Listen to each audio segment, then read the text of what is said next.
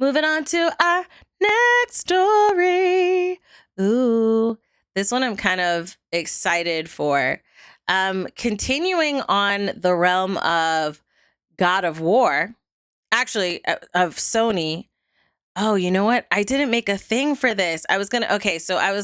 Let's continue with the realm of Sony. There is something that I want to, we're going to take this. We're going to do this. Boom.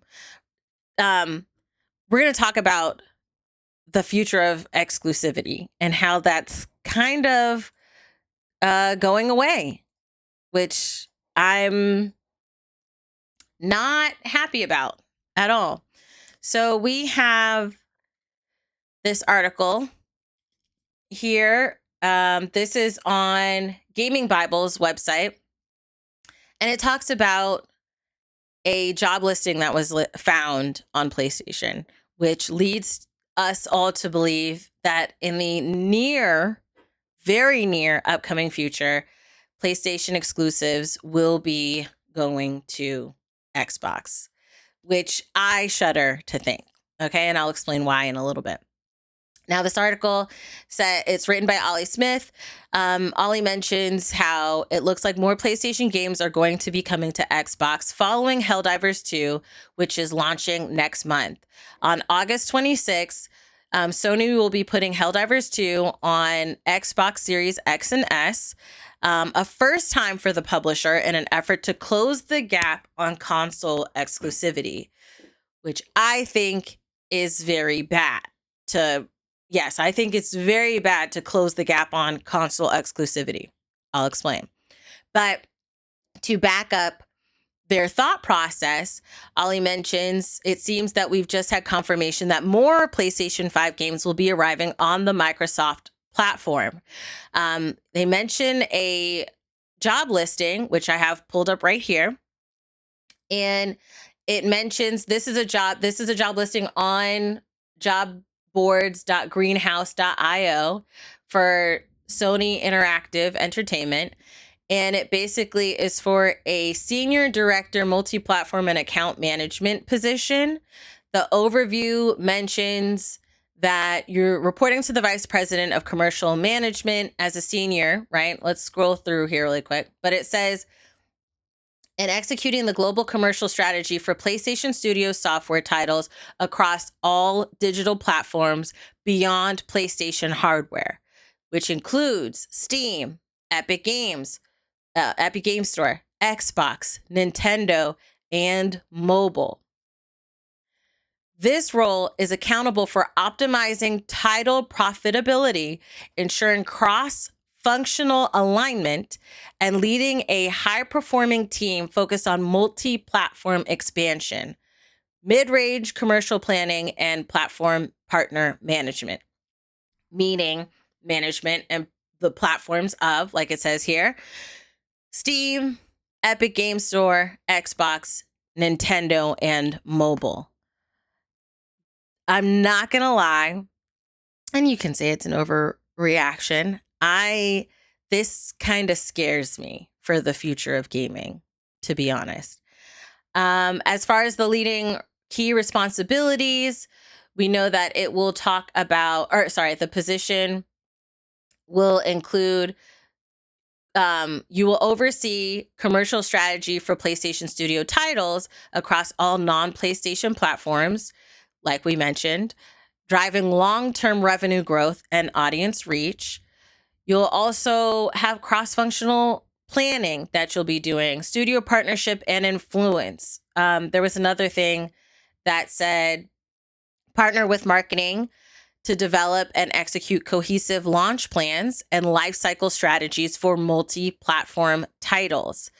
You'll lead platform relationship across PC and console ecosystems like Steam, Epic, Xbox, Nintendo, ensuring a strong collaboration and promotional effectiveness and performance optimization, right? The author of this article, Ollie Smith, he says, and when you scroll down here, I have it in read-only mode, okay? because there's like a lot of ads and it kept refreshing. So I have it in read only mode. But again, this is on gamebible.com. One of the things that they say is how they feel like at any rate, closing the gap on console exclusivity can only be a good thing as more players get to play new games across all manner of platforms. I severely disagree. Competition drives creativity. And I don't mean that from our lower view on the spectrum. I mean the creativity that these studios will accept and bring in. They don't have to, if there's no competition, right? If a PlayStation game can come out everywhere and there's no competition, there's really no reason for PlayStation to really try to drive to make exclusive titles or to make really good games, because when they make a game, it can go everywhere and they can get paid from it anywhere. And we have seen this trickle and domino effect when it comes to the gaming industry, and you have these grander corporations and studios that are making money moves, right?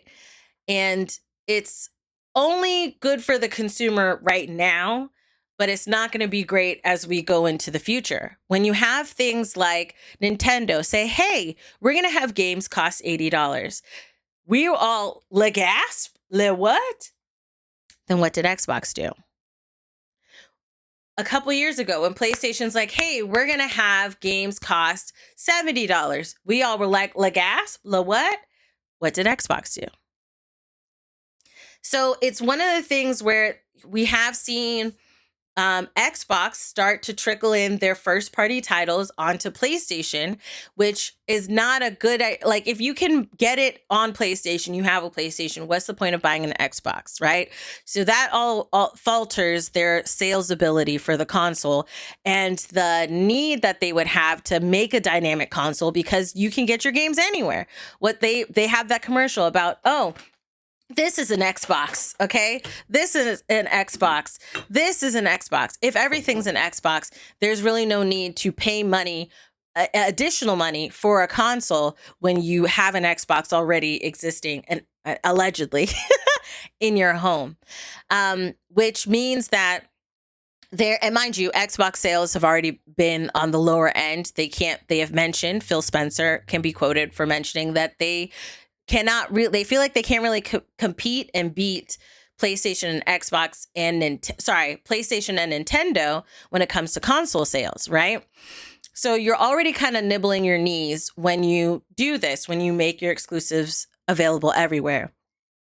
The issue will be somewhat of the same feeling of having a monopoly, okay?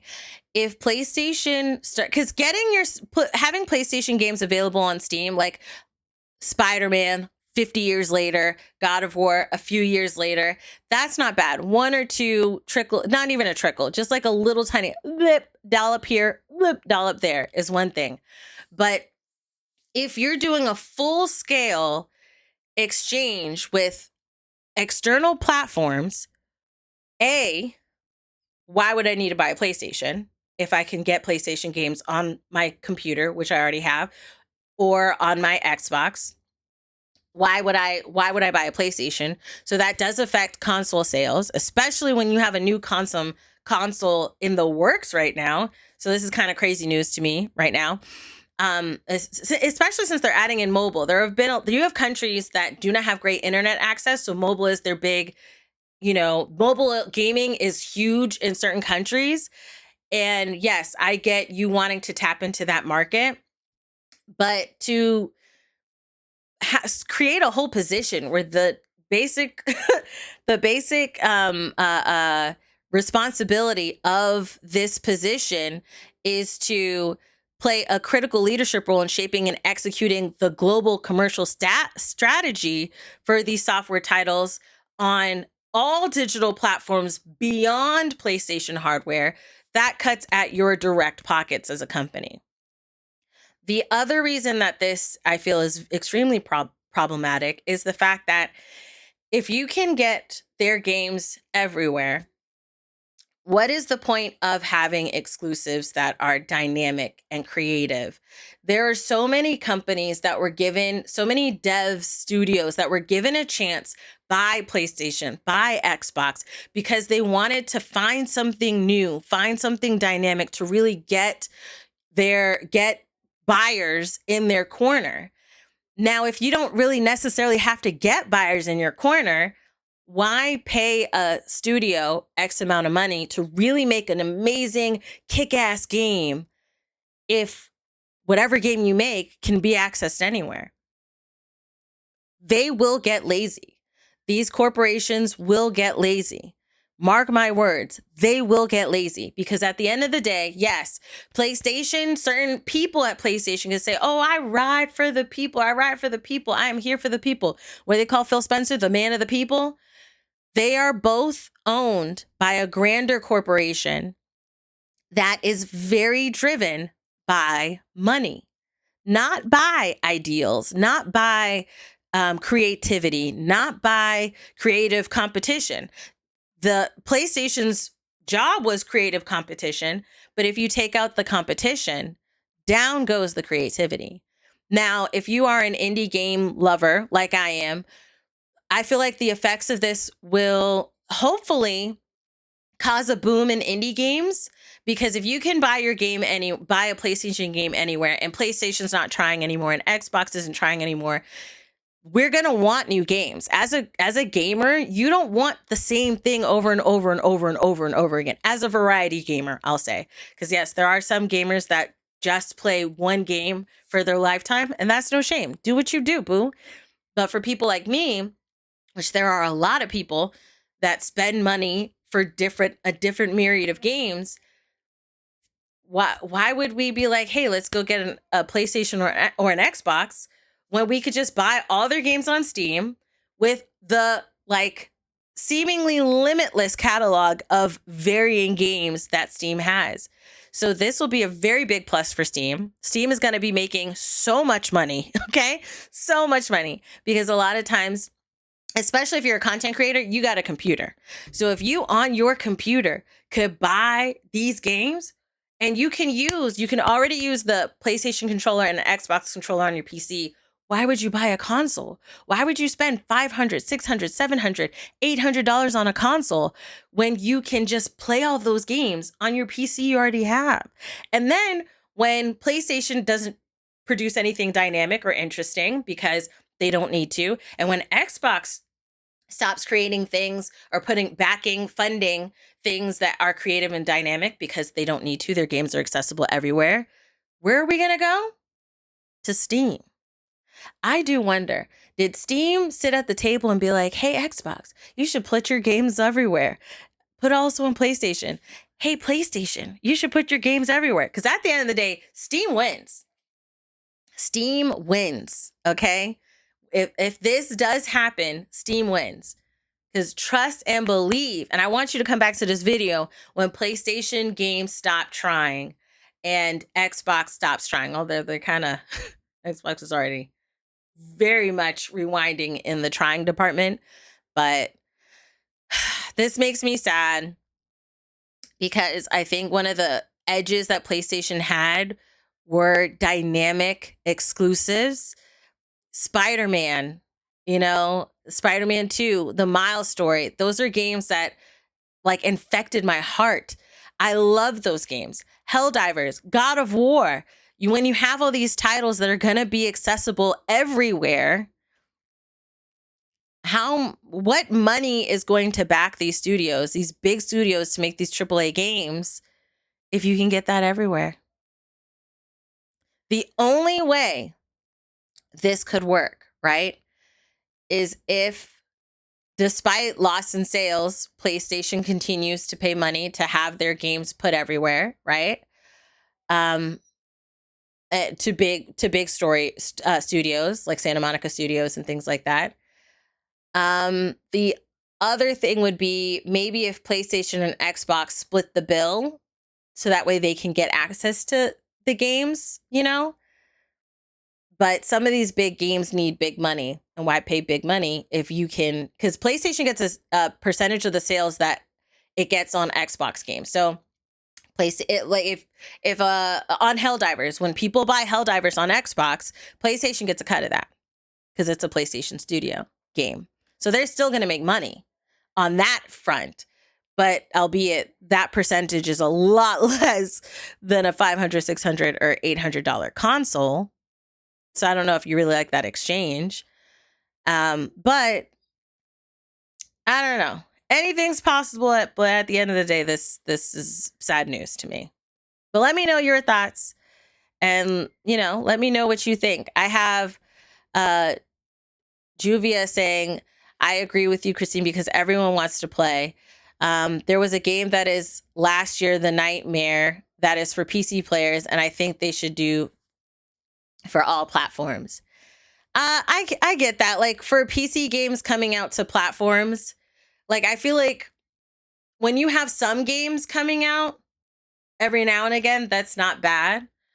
And yes, I love cross-plat play where you can multiplayer games where you can play with other people.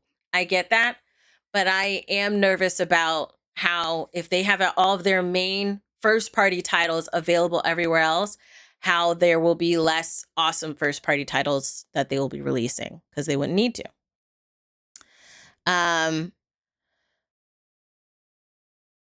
Jalen says, I agree. Games should be multi-compatible on multiple consoles for the people who don't have the money to buy 10 different consoles. So I understand wanting to have access to games that you would get cut out of due to console exclusivity. And again, having an occasional cross-plat or an occasional game that first party game that comes to different ones, I don't think is so bad. And mind you, when you have third party titles that do cross-plat and do that, that's great. But when you have the bread and butter available everywhere else, like you go to Tony's Pizza because they got the bomb pizza, but if Tony's Pizza is available at every pizza shop around you, why go to Tony's Pizza when you could just go to the place around the corner and get the Tony's Pizza there? Just the Xbox version, So I don't know. Yeah, let me know your thoughts.